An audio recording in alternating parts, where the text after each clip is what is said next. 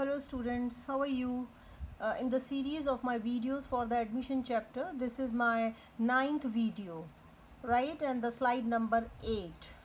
Slide number of the slides PDF which I have given to my student. You can email me to get all the PDFs of this chapter, right? So, or take a screenshot here.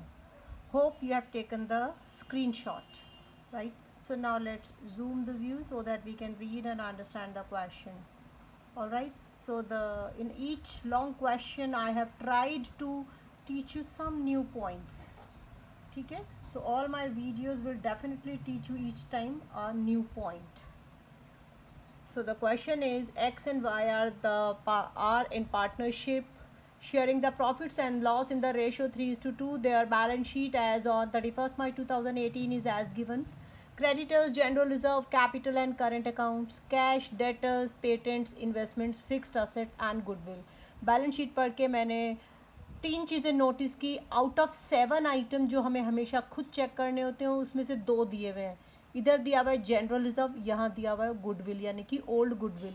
ये दोनों ही account close हो जाएंगे old profit sharing ratio में. 2 point note किए. Third point ये note किया, दो partners के एक्स और वाई जो पुराने पार्टनर है, कैपिटल अकाउंट बैलेंसेस भी दिए हुए हैं और करंट अकाउंट बैलेंसेस भी दिए हुए हैं. तो यानी कि इस क्वेश्चन के अंदर जो है फिक्स कैपिटल मेथड फॉलो किया जा रहा है. तो पार्टनर्स के कैपिटल अकाउंट भी बनेंगे और करंट अकाउंट्स भी बनेंगे.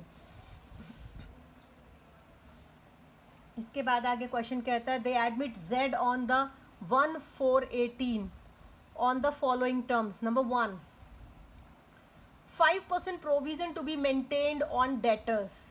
रिवैल्यूएशन का पॉइंट है. डेटर्स पे 5% प्रोविजन मेंटेन करना है. तो यहाँ पे डेटर्स है 20,800 रुपीज़. प्रोविजन ऑलरेडी एग्जिस्ट कर रहा है. 20,000 का 5% कितना हुआ? 1,000.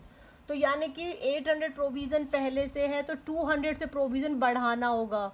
200 प्रोविजन इंक्रीज करने के लिए रीवैल्यूएशन की डेबिट में आएगा क्योंकि ये इंक्रीज इन लाइबिलिटी है. दूसरा point, accrued income of ₹1,500 and outstanding salary of ₹5,000 did not appear in the books. तो एक अक्रूड इनकम अनरिकॉर्डेड असेट है तो ये रीवैल्यूएशन अकाउंट के क्रेडिट में आएगा. आउटस्टैंडिंग सैलरी अनरिकॉर्डेड लाइबिलिटी है, ये रीवैल्यूएशन अकाउंट के डेबिट में आएगा.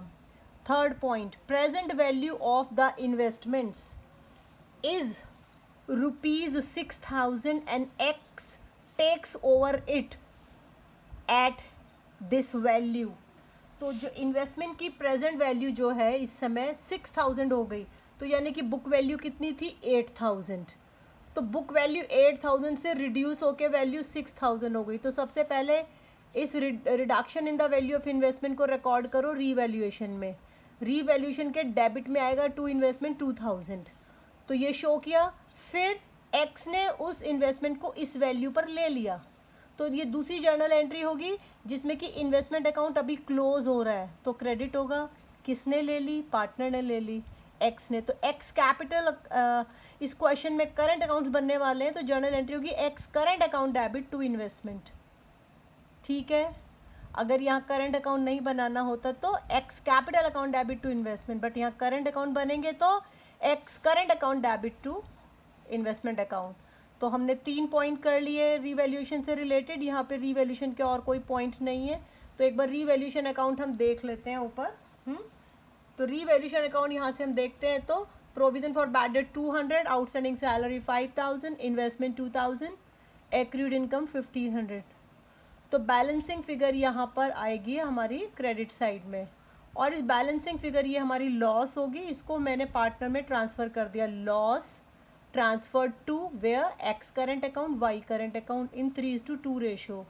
तो इस लॉस को जो कि 5,700 लॉस आई है इसको ट्रांसफ़र कर दिया पार्टनर के करंट अकाउंट में. अब की बार ट्रांसफ़र किया है क्योंकि फिक्स कैपिटल मेथड है और ओल्ड रेशो में 3:2. ये समझ आ गया.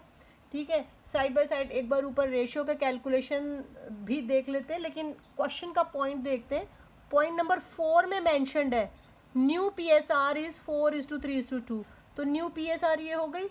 ओल्ड PSR ऊपर दिया हुआ है 3:2. दोनों को यहाँ लिखा. Old ratio 3:2, new ratio 4:3:2. Sacrificing ratio का फॉर्मूला लगाया तो आंसर आया 7:3, 7/45, 3/45। जब दोनों का डिनोमिनेटर सेम है, एलसीएम सेम है, तो उसको छोड़ो, सिर्फ न्यूमरेटर को रीड करो। 7:3 सेक्रीफाइसिंग रेशियो। ठीक है, तो रेशियोज हो गया, रीवैल्यूएशन हो गया। अभी थोड़ा और आगे क्वेश्चन पढ़ते हैं, और क्वेश्चन क्या कहता है। ठीक है, तो इसके हम थोड़ा व्यू चेंज करेंगे so that we can read other important information of the question. तो यहाँ फोर्थ पॉइंट था कि new ratio is this, Z brings ₹20,000 as his share of capital. Fifth point, Z is to pay in cash an amount equal to his share in firm's goodwill valued at twice the average profit of the last 3 years, which were ₹30,000, ₹26,000, ₹25,000। तो question में goodwill calculate करनी है firm की, ठीक है, जो कि इस 3 साल के एवरेज प्रॉफिट पर बेस्ड है। Okay, right. और फिर क्वेश्चन नंबर 6 ये क्या, और यहाँ ये भी लिखा है कि जेड अपना जो ये शेयर ऑफ गुडविल प्रीमियम है कैश में लेकर आ रहा है। Z is to pay in cash his share of goodwill premium। Okay, तो यानी कि गुडविल ब्रॉट इन कैश का क्वेश्चन है। छठा आखिरी point, half the amount of goodwill is withdrawn by the old partner. ठीक है, तो जितना भी गुडविल प्रीमियम सेक्रीफाइसिंग पार्टनर्स को मिलेगा उसका आधा वो विड्रॉ कर लेंगे। तो इस क्वेश्चन का हमारा लर्निंग पॉइंट यही हो गया कि goodwill premium a part of that is being withdrawn in cash. Okay, तो पहले गुडविल कैलकुलेशन को समझ लेते हैं। एवरेज प्रॉफिट निकाला पहले, एवरेज प्रॉफिट तीनों साल के प्रॉफिट को ऐड किया, डिवाइडेड बाय 3, 27,000 आया। गुडविल ऑफ द फर्म आया, number of years of purchase multiply by average profit, ये 2 दिया हुआ है, number of years of purchase multiply by 27,000, 54,000 आया फर्म की गुडविल। ठीक है, फर्म की गुडविल से निकाला जेड का हिस्सा, Z share of goodwill is equal to 54,000 multiply by 2/9। 2/9 कहाँ से आया, ये न्यू रेशियो दी हुई थी ना इनकी, 4:3:2, तो एलसीएम 9 हो गया ना। तो जेड की कितनी प्रॉफिट शेयरिंग रेशियो हो गई, 2/9। तो यहाँ 54,000 को 2/9 से मल्टीप्लाई किया, तो जेड का शेयर ऑफ गुडविल प्रीमियम आया 12,000, और जेड कॉम्पनसेट करेगा एक्स और वाई को उनके सैक्रिफाइसिंग रेशियो में 7:3 में। एक्स का अमाउंट आएगा 8,400, वाई का 3,600।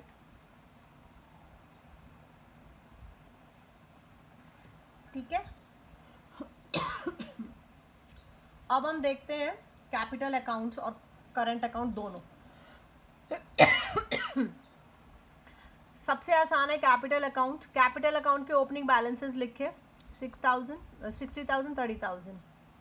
जेड का तो ओपनिंग है नहीं, कोई नया पार्टनर है वो लेकर आया है कैश, बाय कैश अकाउंट 20,000, ये क्वेश्चन में गिवन है। तो यही इनके बन के closing balances, 2 balance carried down, 60, 30, 20, और कोई एंट्री यहाँ नहीं आएगी। फिर बन रहा है करंट अकाउंट। करंट अकाउंट में ये ओपनिंग बैलेंसेस एक्स और वाई के दिए हुए हैं बैलेंस शीट में, पुरानी बैलेंस शीट की लाइबिलिटी में दिए हुए हैं। जनरल रिजर्व हमने डिस्ट्रीब्यूट किया ओल्ड रेशियो में। प्रीमियम फॉर गुडविल वो कैश लेकर आए हैं, क्वेश्चन में लिखा हुआ है। अभी नीचे हमने कैलकुलेशन समझी थी ना, ये 12,000 वाली है, 8,000, 4,600, तो ये लेकर आया वो गुडविल प्रीमियम, दोनों की हो गई। इधर ये इन्वेस्टमेंट का बताया था मैंने आपको, एक्स ने ये इन्वेस्टमेंट ले लिया था, और ये रीवैल्यूएशन का लॉस आया था इस क्वेश्चन में। और ये ओल्ड गुडविल है, बैलेंस शीट में दी हुई है, इसको ओल्ड रेशियो में बांटा है, ओल्ड गुडविल को ओल्ड रेशियो में। ठीक है, अच्छा, इसके बाद अब हम कर रहे हैं इसका बाकी का कैश जो ये लेकर आया है, ये कैश विड्रॉ किया इन्होंने, ये भी इस क्वेश्चन का नया पॉइंट है। तो चाहे तो मैं इसको बेटर अंडरस्टैंडिंग के लिए यहाँ ब्रैकेट में गुडविल लिख सकती हूँ इस कैश के साथ, ताकि ये समझ में आ जाए कि भाई ये गुडविल जो है ना, गुडविल विदड्रॉन है ये, क्योंकि क्वेश्चन में लिखा है ना half of the goodwill is withdrawn. Okay, तो ये जो कैश है इन्होंने half of the goodwill withdraw कर लिया। यहाँ 8,400 एक्स को मिला, उसका आधा 4,200 विड्रॉ कर लिया। यहाँ उसको 3,600 मिला, उसका आधा। तो विदड्रॉल की एंट्री तो इधर ही आएगी ना, डेबिट में, है ना। एंट्री क्या होगी इसकी, X capital account debit, Y capital account debit to cash. तो कैपिटल अकाउंट समझ आ गई है। अच्छा जी, अब हम अपने आ रहे हैं ऊपर बैलेंस शीट। बैलेंस शीट के बाद इस क्वेश्चन में मैंने पूरे क्वेश्चन की जर्नल एंट्रीज भी की है। पहले बैलेंस शीट देख लेते हैं। बैलेंस शीट के अंदर क्रेडिटर्स की सेम पुरानी ओल्ड वैल्यू, कोई चेंज नहीं है। आउटस्टैंडिंग सैलरी ये अनरिकॉर्डेड लाइबिलिटी थी। कैपिटल अकाउंट के बैलेंसेस कैपिटल अकाउंट से लिख दिया, करंट अकाउंट के बैलेंसेस वहाँ से लिख दिया, ठीक है, कॉपी किया नीचे से। डेटर्स 20,000 माइनस प्रोविज़न, पहले 800 माइनस क्या हुआ था पुरानी बैलेंस शीट में, अब रीवैल्यूएशन के चेंज के बाद 1000 डिडक्ट कर रहे हैं। पेटेंट्स की same old value, fixed assets की same old value, no change. Accrued income ये अनरिकॉर्डेड असेट है, ये आ गया। तो अब यहाँ देखना है कैश का 31,000 कैसे आया, ठीक है। तो कैश 31,000 कैसे आया उसको समझाने के लिए कैलकुलेशन मैंने यहाँ लास्ट में की हुई है, एक बार वो समझ के फिर हम जर्नल एंट्रीज करेंगे सारी, ठीक है। तो कैश का ओपनिंग बैलेंस क्वेश्चन में दिया हुआ है 5,000, उसमें प्लस गुडविल प्रीमियम मैंने ऐड किया जो वो लेकर आया 12,000 कैश। इसके बाद प्लस जेड्स कैपिटल जो 20,000 वो भी कैश लेकर आया है, minus goodwill withdrawn 50% goodwill withdraw कर ली ए और एक्स और वाई दोनों ने मिलकर, तो 12,000 गुडविल प्रीमियम लाया था, उसका आधा 6,000 विड्रॉ कर लिया। तो इस तरीके से क्लोजिंग कैश बैलेंस बचा 31,000। तो बैलेंस शीट में 31,000 कैसे आया पता चला। तो अभी हम थोड़ा जर्नल एंट्रीज भी सीख लेते हैं। Students, it's very very possible कि पूरे 50% चांस है कि हमारे जो लॉन्ग क्वेश्चंस होते हैं 8 मार्क्स के, चाहे एडमिशन, रिटायरमेंट, डेथ, कहीं से भी हो, इवन चेंज इन पीएसआर, तो खाली जर्नल एंट्रीज के क्वेश्चन भी आ सकते हैं। क्वेश्चन ये कह सकता है कि give all necessary journal entries and the revised balance sheet. तो अब आप रिक्वायर्ड जर्नल एंट्रीज कैसे करेंगे, आपको कम से कम रीवैल्यूएशन और कैपिटल अकाउंट रफ में बनाने पड़ेंगे। रफ तो क्या तकरीबन यही बनाना होगा, थोड़े बहुत फॉर्मेटिंग हम अवॉइड कर सकते हैं और तभी हम ठीक तरीके से जर्नल एंट्रीज कर पाएंगे। तो पहली जर्नल एंट्री मैंने यहाँ की हुई है जनरल रिजर्व की, जिसको ओल्ड रेशो में बांटा है। General reserve account debit to X current account to Y current account, 12,000 को ओल्ड रेशो में बांटा 3:2 में। दूसरी जर्नल एंट्री रीवैल्यूएशन अकाउंट से ली है मैंने। रीवैल्यूएशन अकाउंट यहाँ से विजिबल है, ये रहा। रीवैल्यूएशन अकाउंट के डेबिट में 3 आइटम है, पर मैंने यहाँ पे 2 को ही लिया हुआ है इसमें अभी, प्रोविजन फॉर बैड डेट और आउटस्टैंडिंग सैलरी, ठीक है। रीवैल्यूएशन डेबिट होगा, ये दोनों credit. Revaluation account debit to provision for bad debt to outstanding salary. मैं इन्वेस्टमेंट को भी लिख सकती थी पर मैंने उसको अलग लिखा है। अगली जर्नल एंट्री मैंने की है क्रेडिट साइड का, ये सिर्फ एक आइटम लिया है एक्रूड इनकम। तो accrued income debit to revaluation, revaluation यहाँ पे क्रेडिट हो रहा है ना इसलिए।